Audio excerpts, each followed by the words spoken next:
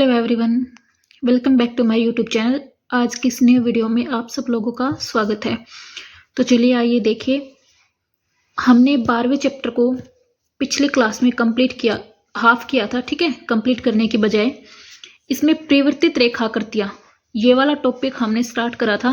इसका जो second part है उसको अभी हम कंप्लीट करेंगे, उसके बाद चैप्टर हमारा पूरा हो जाएगा। वीडियो आप लोगों को अच्छी लगे तो लाइक कर दिया करो। अगर आपके नियर डियर कोई भी स्टेनो सीख रहे हैं तो उसको आप शेयर भी कर दिया करो, ठीक है, ताकि उसको भी कुछ हेल्प मिल सके, कुछ चीज़ें समझ में आ सके। इसमें देखिए ये वाला पोर्शन हमने इसका कंप्लीट कर लिया है। शब्द चिन्ह जो हैं ये भी कंप्लीट कर लिए हैं, ये वाले, ठीक है। इसके बाद देखिए ये एक्सरसाइज मैंने आप लोगों को उस दिन बताई थी करनी, 57 और 58 वाली। आज ये वाली एक्सरसाइज हम कंप्लीट करेंगे, जो भाग 2 है इसकी जो एक्सरसाइज है, ठीक है। ये थ्योरी दे रखी है इसकी, और थ्योरी के बाद में ये इसकी कुछ एक्सरसाइज हैं 60, ठीक है। ये यहाँ पे मैंने 59 वाली यहाँ लिख रखी है, 60 वाली यहाँ और 61 वाली यहाँ, ठीक है। इसके बाद में 62। तो ये हमारी कुछ एक्सरसाइज हैं, इसका ये हाफ यहाँ पे भी है, ठीक है। तो चलिए देखिए,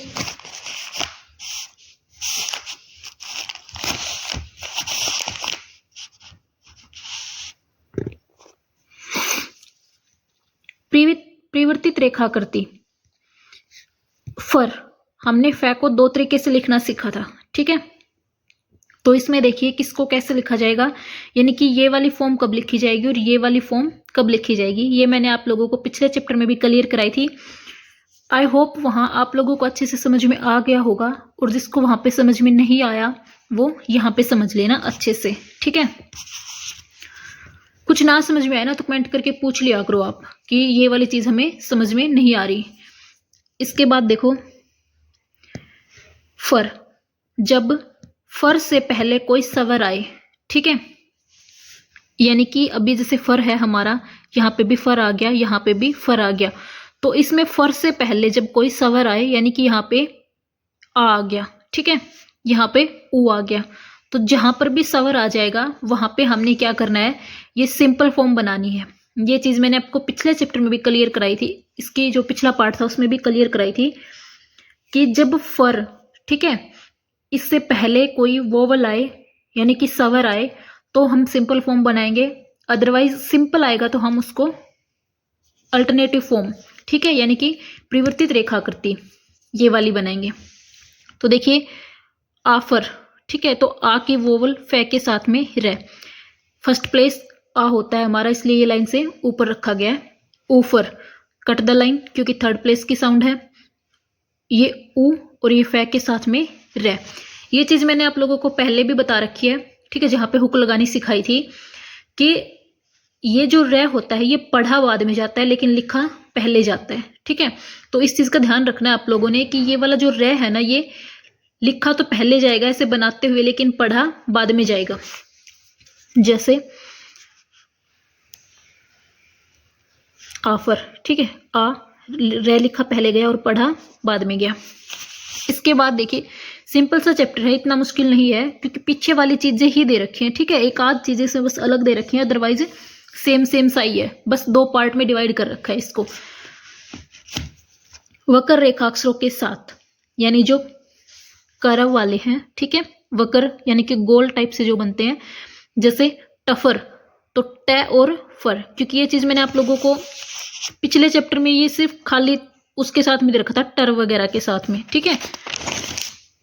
यहाँ पे देखिए टर, ट के साथ में र, तो वो वाली जो चीज है कि वो करव वालों के साथ में कैसे बनेंगे वो चीज वहां पे नहीं बता रखी।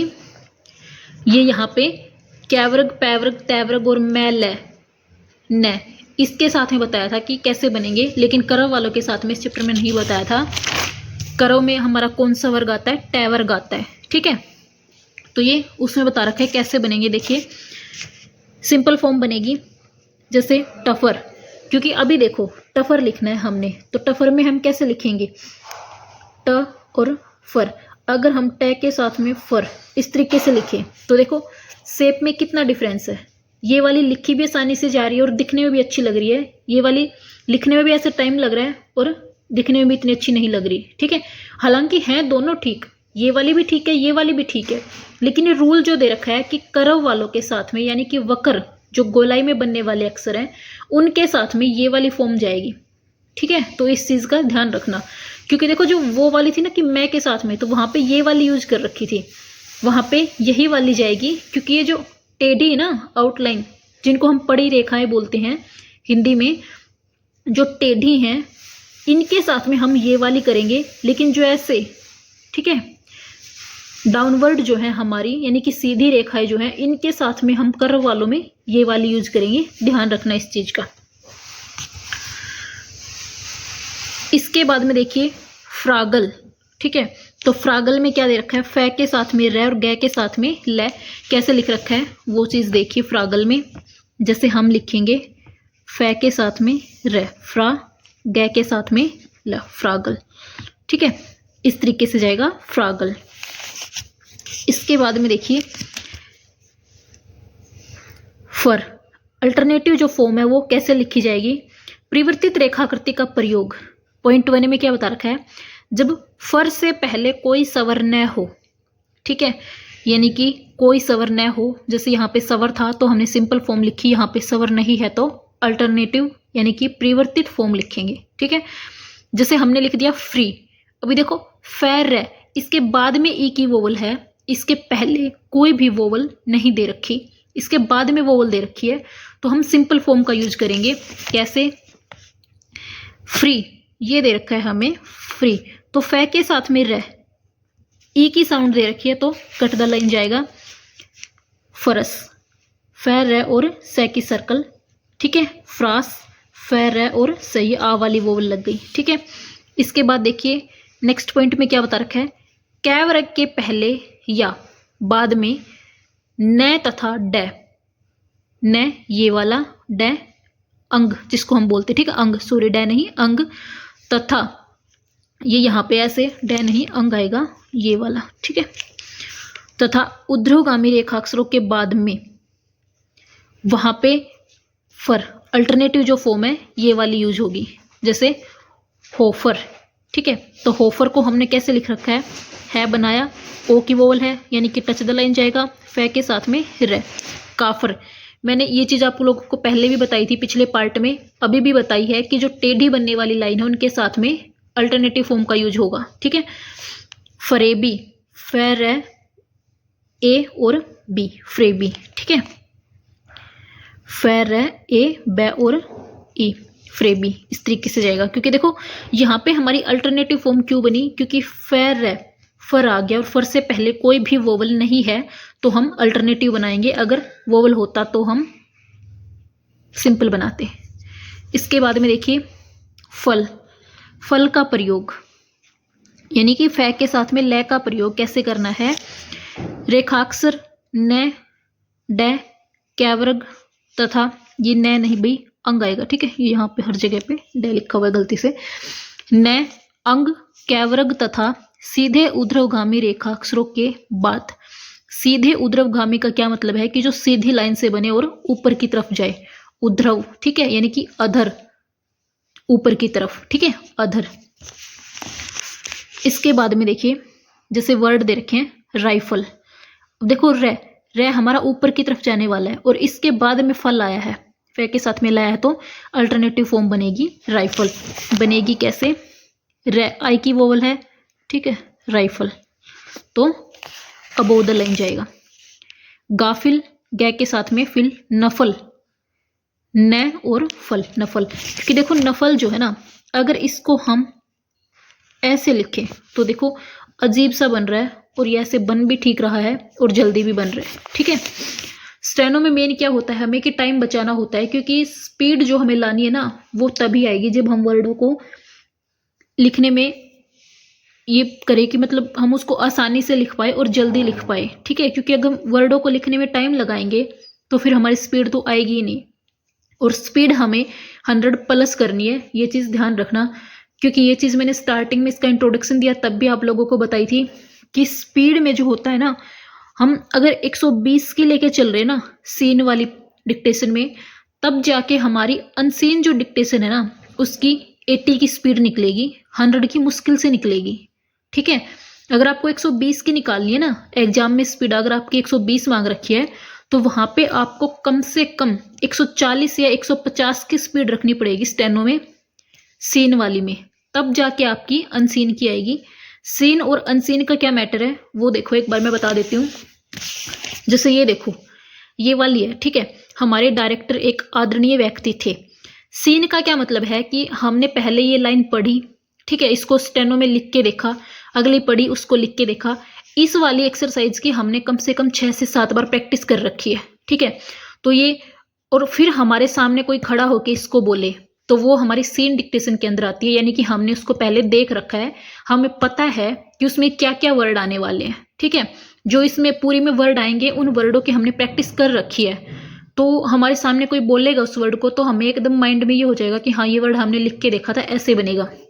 लेकिन अनसीन का क्या मैटर है कि एग्जाम के टाइम आपको ये नहीं पता होता कि कौन सा पैराग्राफ उठा के कहाँ से बोला उसने, उसमें क्या क्या वर्ड आएंगे, हार्ड आएंगे या नॉर्मल आएंगे हमारे, ये चीज़ हमें कुछ भी आइडिया नहीं रहता इस चीज़ का कि उसमें क्या बोलने वाला है सामने वाला, तो वो हमें एकदम से सुनते ही लिखनी पड़ती है। ठीक है, हमें पहले से ये नहीं रहता कि हमने इस वर्ड को लिख के देखा हुआ है, वो हमें स्पीड में लिखना होता है, क्योंकि अगर हम उसको सोचने बैठे तो सोचने बैठने के बाद क्या होता है कि सामने वाला तब तक तो 4 से 5 वर्ड और बोल देगा आपको।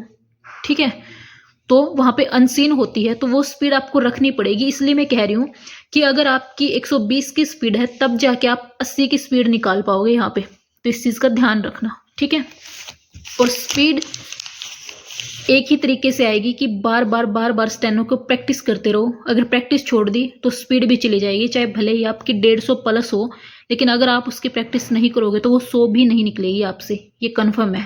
ठीक है, तो प्रैक्टिस सबसे जरूरी है, जितनी हो सके उतनी प्रैक्टिस करो। कोई मैगजीन उठा लो, घर में कोई छोटा बहन भाई है उसकी कोई बुक उठा लो, ठीक है, उसके पैराग्राफ को लिखना शुरू कर दो।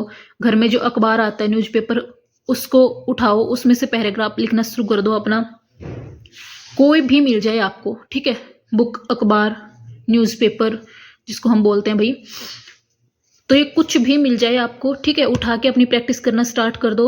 अगर आपको डिक्टेशन की कोई बुक मिल रही है तो उसको उठा के प्रैक्टिस करना स्टार्ट कर दो, लीगल वाली। ठीक है, जो बच्चे कोर्ट की प्रिपरेशन कर रहे हैं वो लीगल वाली डिक्टेशन लिख के देखे बार बार, क्योंकि लीगल वाली में जो वर्ड होते हैं ना वो कोर्ट के अकॉर्डिंग होते हैं। ठीक है, तो वो सिंपल जो मानक वगैरह वाली होती है ना उनको ना करें, क्योंकि उनमें सिंपल वर्ड आते हैं, तो आप सिंपल को तो कर लोगे, लेकिन वो मानक वाले को आप 1 या 2 बार करो, उसके बाद आप लीगल वाली बुक उठाओ। ठीक है, तो उसमें आपके अच्छे से हो जाएंगे। इसके बाद देखिए, ये हो गया हमारा रेखाक्षर व आंकड़े के बीच आ रहे स्वरों को, ठीक है, जैसे कि बिंदु स्वर या फिर डैश स्वर को सर्कल या लेटर के बीच से काट कर दिखाया जाता है। ये कैसे आएगा, ये चीज देखो, ये चीज मैंने आपको पहले भी कराई है, शायद पीछे एक चैप्टर गया था उसमें। ठीक है, मुझे चैप्टर तो ध्यान नहीं अभी कि कौन सा चैप्टर था, लेकिन ये चीज मैंने आपको बताई थी। ये जब मैंने आपको ये आंकड़ा लगाना बताया था ना, आंकड़ा क्या मतलब है कि हुक जिसको हम बोलते हैं, ये वाली हुक जो है, ठीक है, रे और ले की जो हुक लगाते हैं ना, इसको आंकड़ा बोलते हैं। तो ये चैप्टर मैंने आपको कराया ना, उस टाइम पे मैंने ये चीज बताई थी कि जो जैसे अभी ये है कै और रे, इसके बीच में वोवल आया है, तो ये डॉट वाले वोवल कैसे लिखे जाएंगे, डैश वाले कैसे लिखे जाएंगे, वही चीज यहाँ पे भी बता रखी है। तो देखिए, जिन लोगों को वो चीज ध्यान नहीं है वो यहाँ से अपनी क्लियर कर ले इस चीज को। जैसे भी कारखाना आ गया तो कै के साथ में रे, खे और न, कारखाना। ठीक है, अगर अभी हम यहाँ पे वोवल लगा देते, आ की वोवल लगा दी जैसे हमने, तो हम उसमें एक कंफ्यूज रहते हैं कि ये रे के बाद की वोवल है या फिर कै के बाद की वोवल है। ठीक है, तो अगर हुक और वो हुक जिस वर्ड के साथ में लगता है उसके बीच की वोवल है, तो डॉट वोवल को हम एक छोटे से सर्कल से रिप्रेजेंट करेंगे। अगर डैश वाली वोवल है तो हम क्या करेंगे, फर्स्ट प्लेस की है तो इसको यहां से बीच से ऐसे काट देंगे। कैसे, देखिए एक बार मैं लिख के दिखाती हूँ। ठीक है, जैसे ये तो हो गया हमारा डॉट वोवल के लिए, ठीक है। लेकिन अगर डैश वाली हो जाए यहाँ पे, ठीक है, तो डैश वाले को हम कैसे लिखेंगे, देखिए जैसे फर्स्ट प्लेस की वोवल है, ठीक है, तो हम यहाँ पे काट देंगे, ठीक है। सेकंड की है तो सेकंड से बीच में ऐसे काट देंगे, और थर्ड की है तो थर्ड पे ऐसे काट देंगे।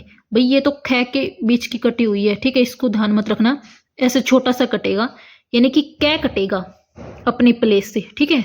कै के बाद में फर्स्ट प्लेस की वोवल है और वो डैश वाली वोवल है, तो यहाँ से, ठीक है, सेकंड पे यहाँ से, थर्ड पे यहाँ से, ध्यान रखना, जैसे ओ औ उ, ठीक है, तो ये ऐसे जाएंगे, ध्यान रखना इस चीज का।